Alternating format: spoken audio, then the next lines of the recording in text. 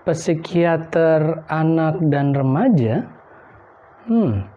Apa itu profesi psikiater anak dan remaja?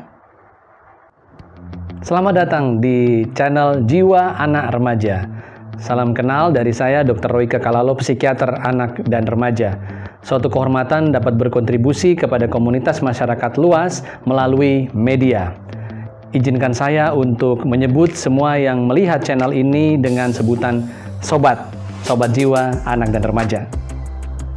Sobat Jiwa Anak dan Remaja, di kesempatan ini kiranya berkenan untuk menerima salam kenal dari profesi kerja bidang psikiatri anak dan remaja.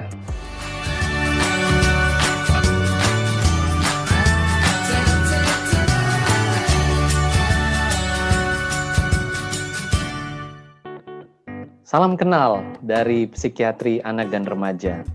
Psikiatri anak dan remaja adalah cabang ilmu kedokteran jiwa atau biasa dikenal dengan psikiatri yang fokus pada diagnosis, pengobatan, dan pencegahan masalah hingga gangguan jiwa pada anak-anak, remaja, dan keluarga mereka. Psikiatri anak dan remaja dalam hal ini, dokternya, pelakunya kita sebut psikiater anak dan remaja akan berusaha menyelidiki faktor-faktor biologik, psikologik, sosial, atau faktor biopsikososial ya secara holistik komprehensif yang memengaruhi perkembangan dan perjalanan gangguan jiwa anak dan remaja, dan menyelidiki juga respons terhadap berbagai intervensi yang akan dilakukan ya. Nah, bagaimana perkembangan anak dan remaja juga merupakan bagian ya dari bidang psikiatri anak dan remaja untuk membantu menilai serta melakukan terapi apabila ada keterlambatan di dalam motorik misalnya ya, baik motorik halus, motorik kasar, termasuk juga menilai aspek sensorik atau penginderaan dari anak dan remaja, bagaimana seorang anak berkembang kemampuan berbicara, berbahasanya, karena memang cukup banyak juga ya, misalkan masalah keterlambatan bicara.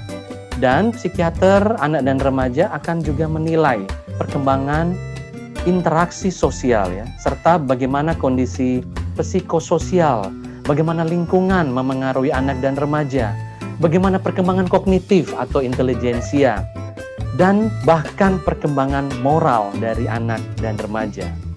Kemudian psikiatri anak dan remaja akan bisa membantu mengevaluasi pengasuhan, pola asuh, dan sistem keluarga. Karena aspek keluarga adalah aspek yang penting ya, yang dapat dibantu oleh psikiater anak dan remaja, termasuk di dalamnya relasi seluruh anggota keluarga, relasi antara ayah dan ibu, relasi ayah dan ibu dengan anak-anak, dan relasi di dalam keluarga yang melibatkan anggota keluarga yang lainnya, termasuk misalnya kakek, nenek, paman, bibi, apabila memang ada ya di dalam satu keluarga besar. Ya. Psikiater anak dan remaja juga bisa membantu mengevaluasi dan menangani gangguan perkembangan perilaku anak dan remaja seperti keterlambatan berbicara, berbahasa, masalah kesulitan belajar, ini sering kali kita temukan ya, baik membaca, menulis, berhitung, atau gabungan dari semuanya. Juga kondisi gangguan spektrum autisme dan ADHD atau gangguan pemusatan perhatian hiperaktivitas ya, attention deficit hyperactivity disorder, atau kadangkala ada kondisi sikap penentang yang ditunjukkan oleh anak dan remaja, atau gangguan tingkah laku ya, di mana anak dan remaja tersebut sampai merusak properti atau milik orang lain, bahkan melakukan hal-hal yang sangat melanggar peraturan dan hukum. Atau ada kondisi di mana anak dan remaja tampaknya sangat mudah marah ya, mudah meledak ya, atau gangguan mood, misalkan depresi atau peningkatan mood seperti manik, hipomanik. Ini adalah istilah yang terkait ya dengan bidang psikiatri yang kadangkala kita jumpai pada anak dan remaja, di mana bidang ini termasuk juga ya bidang psikiatri anak dan remaja untuk membantu. Atau kondisi yang sering kita jumpai, kecemasan pada anak dan remaja, termasuk cemas masuk sekolah misalkan, atau kondisi kecemasan yang muncul dalam bentuk perilaku buang air kecil, buang air besar tidak pada tempatnya, tidak sesuai usia, atau ngompol, ngebrok, dan masih banyak lagi yang bisa dibantu dari bidang psikiatri anak dan remaja. Tentu saja mendampingi anak berkebutuhan khusus. Ini seringkali merupakan bagian tugas dari kami, psikiater anak dan remaja. Kondisi anak berkebutuhan khusus seperti tunanetra, tunarungu, tunagrahita, tunadaksa, tunalaras, kesulitan belajar dan lamban belajar juga masuk dalam kondisi berkebutuhan khusus. Atau gangguan motorik, gangguan perkembangan perilaku, dan anak remaja yang menjadi korban penyalahgunaan narkotik, zat adiktif, alkohol, ya, atau narkoba, nafsa, itu juga masuk kondisi yang bisa dibantu oleh psikiater anak dan remaja. Karena seringkali anak berkebutuhan khusus ya, yang biasanya kita jumpai minimal ya 10% dari anak usia sekolah atau dari anak-anak remaja pada umumnya, ada dampak yang muncul ya ketika kondisi ini mereka jalani, mereka hadapi. Misalkan masalah pendidikan, masalah mental emosional, cemas, kurang percaya diri, bahkan depresi bisa terjadi pada anak-anak berkebutuhan khusus ini. Masalah perilaku, menantang, ledakan amarah, agresif, masalah pada pengasuh, pada orang tua dan keluarga. Inilah bidang di mana seorang psikiater anak dan remaja bisa membantu. Psikiater anak dan remaja bisa menawarkan kepada keluarga pencapaian di bidang kedokteran, tradisi medis, etik, profesional, dan tanggung jawab medis untuk menyediakan perawatan yang komprehensif ya. Di mana psikiater anak dan remaja akan menggunakan seluruh pengetahuan bidang medis, baik dalam faktor biologis, psikologis, dan sosial untuk bekerja dengan pasien, klien, dan keluarganya. Termasuk pada awalnya melakukan pemeriksaan diagnostik komprehensif untuk mengevaluasi masalah saat ini apa yang dihadapi anak berkebutuhan khusus atau anak dengan perkembangan tipikal, normal tetapi memiliki masalah-masalah tertentu. Termasuk memberikan perhatian pada seluruh faktor baik fisik, genetik ya, hal-hal yang terkait dengan kesehatan anak remaja ini tentu merupakan bagian peranan psikiater karena psikiater adalah dokter ya. Termasuk menilai perkembangan emosional, kognitif, inteligensia, pendidikan, keluarga, teman sebaya, dan komponen sosial. Jadi penilaian secara komprehensif, holistik, meliputi berbagai macam faktor ya.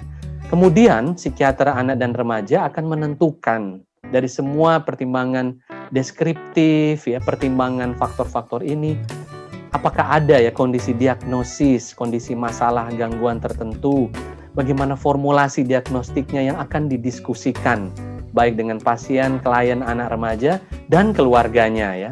Termasuk merancang rencana terapi, mempertimbangkan semua komponen, mendiskusikan rekomendasi terapi ini dengan anak, dengan remaja, dengan keluarga ya. Yang kita sebut pendekatan keseluruhan ini terapi terpadu ya, melibatkan semua hal ya.